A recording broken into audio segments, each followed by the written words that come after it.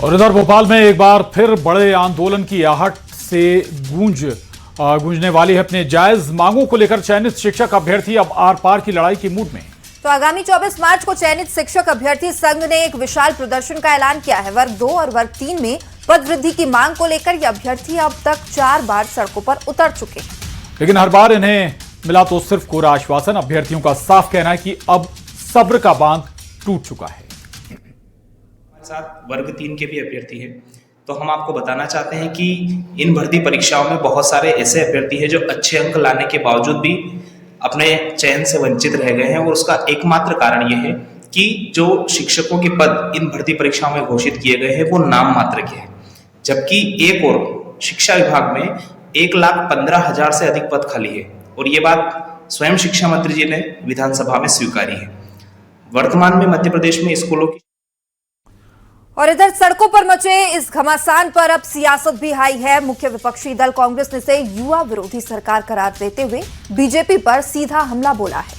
कांग्रेस का आरोप है कि नियुक्तियां लटकी हुई हैं और नियमित कर्मचारी भी परेशान है। वहीं सत्ताधारी बीजेपी ने पलटवार करते हुए कहा कि उनकी सरकार हर वर्ग का ध्यान रखती है और कांग्रेस सिर्फ वोट बैंक की राजनीति करती है, ये उन्होंने कहा। देखिए, ये साबित हो गया है, बार बार साबित हुआ है, पिछले करीब 21 साल से रोज साबित हो रहा है कि भाजपा की सरकार कर्मचारी विरोधी है, साथ ही साथ रोजगार विरोधी है। टीटी क्वालिफाई बच्चों की बात करूं, 3 लाख से ज़्यादा बच्चे हैं जो ओवर एज होने वाले हैं, अभी तक उनकी नियुक्तियां नहीं हुई हैं।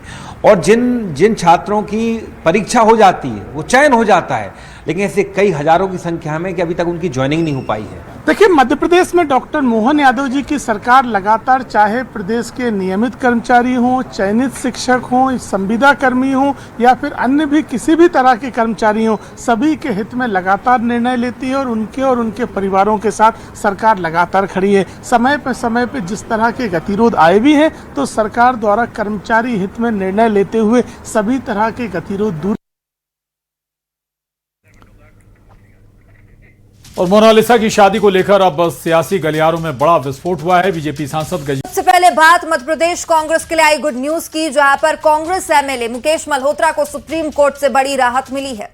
दरअसल सुप्रीम कोर्ट ने हाई कोर्ट के आदेश पर स्टे लगा दिया है, जिसका मतलब यह है कि फिलहाल मुकेश मल्होत्रा की विधायकी बनी रहेगी। हालांकि वो इस दौरान राज्यसभा के लिए मतदान नहीं कर पाएंगे और साथ ही मुकेश मल्होत्रा को मानदेय भी नहीं मिलेगा। 23 जुलाई को इस मामले की अगली सुनवाई होगी।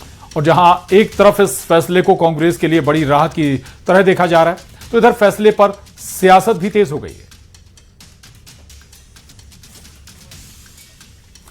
तो मुकेश मल्होत्रा, जिनकी विधायकी शून्य कर दी गई थी हाईकोर्ट के जरिए, लेकिन इसके बाद जो कांग्रेस है वो सुप्रीम कोर्ट चली गई थी और सुप्रीम कोर्ट ने हाईकोर्ट के फैसले पर अब स्टे लगा दिया है, यानी कि फिलहाल मुकेश मल्होत्रा की विधायकी नहीं जा रही। न्यायालय पेश आ रहा है वो सभी को असहज कर रहा है। चलिए, यहाँ तक ठीक है कि आपने उनकी सदस्यता रद्द कर दी, लेकिन ये किस नियम के तहत आपने सोच लिया कि वो नहीं होते तो सारे वोट जो है दूसरे प्रत्याशी को मिल जाते? नहीं, वहाँ अन्य प्रत्याशी भी थे, हो सकता है उनकी संभावना भी हो जाती।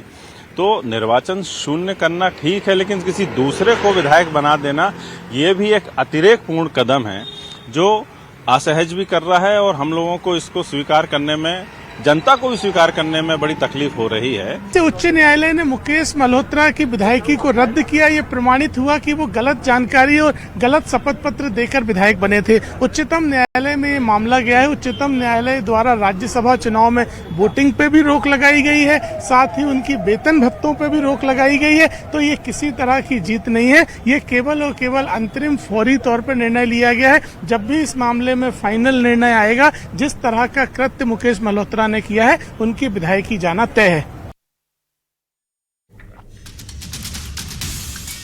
और इधर सुप्रीम कोर्ट के फैसले के बाद मुकेश मल्होत्रा का भी बयान सामने आया है।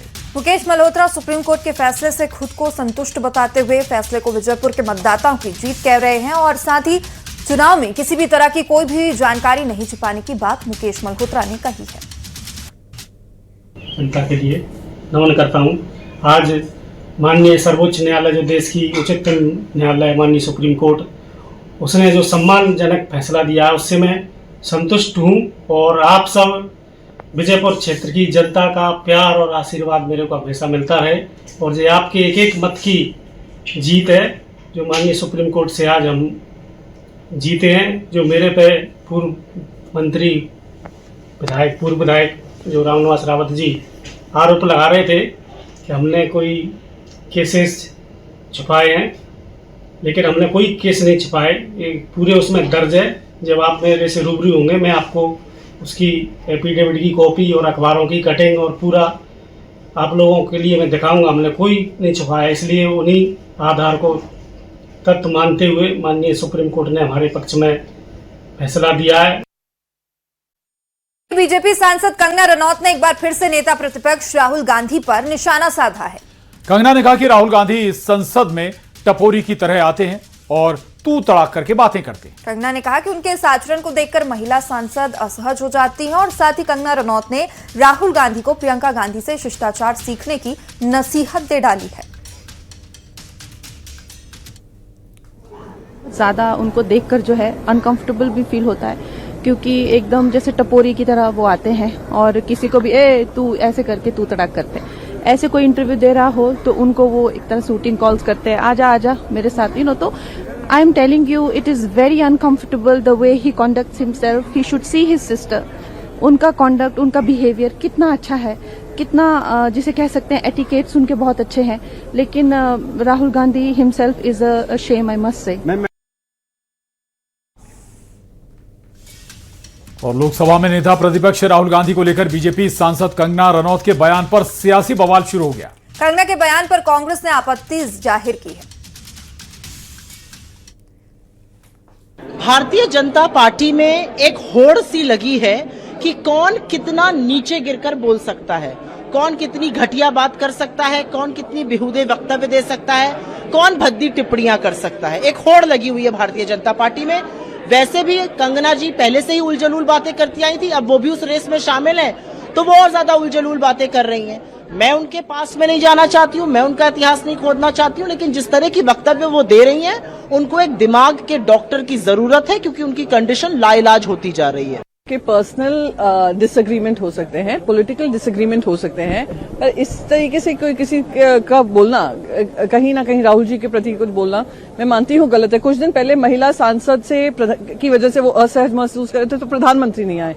अब कंगना जी कह रही है मैं सहज महसूस करती हूँ राहुल गांधी जी को लेकर। देखिए, मैंने राहुल गांधी जी के साथ 10 साल काम किया है और हो सकता है मेरी राह अलग हो गई हो, पर मैंने उनका महिलाओं का सम्मान और महिला के प्रति commitment in terms of their development मैंने देखा है। दूसरी बात, जो खुद ऐसे परिवार से आए हों जहां पे विमेन लीडरशिप रही हो, खुद इंदिरा गांधी जी हों, सोनिया गांधी जी हों और खुद प्रियंका गांधी वड्रा हों, उन पे इस तरीके का आरोप लगाना कहीं ना कहीं हास्यास्पद लगता है। ये बयान जो दिया गया है कोई अनकल्चर्ड आदमी ही दे सकता है। इस तरीके की भाषा राजनीति में इस्तेमाल नहीं की जाती है। उनके साथ भारतीय जनता पार्टी का आइडियोलॉजिकल इख्तलाफ हो सकता है, डिफरेंसेस हो सकते हैं, लेकिन इसका मतलब हरगिज नहीं है कि इस तरीके की भाषा का इस्तेमाल किया जाए।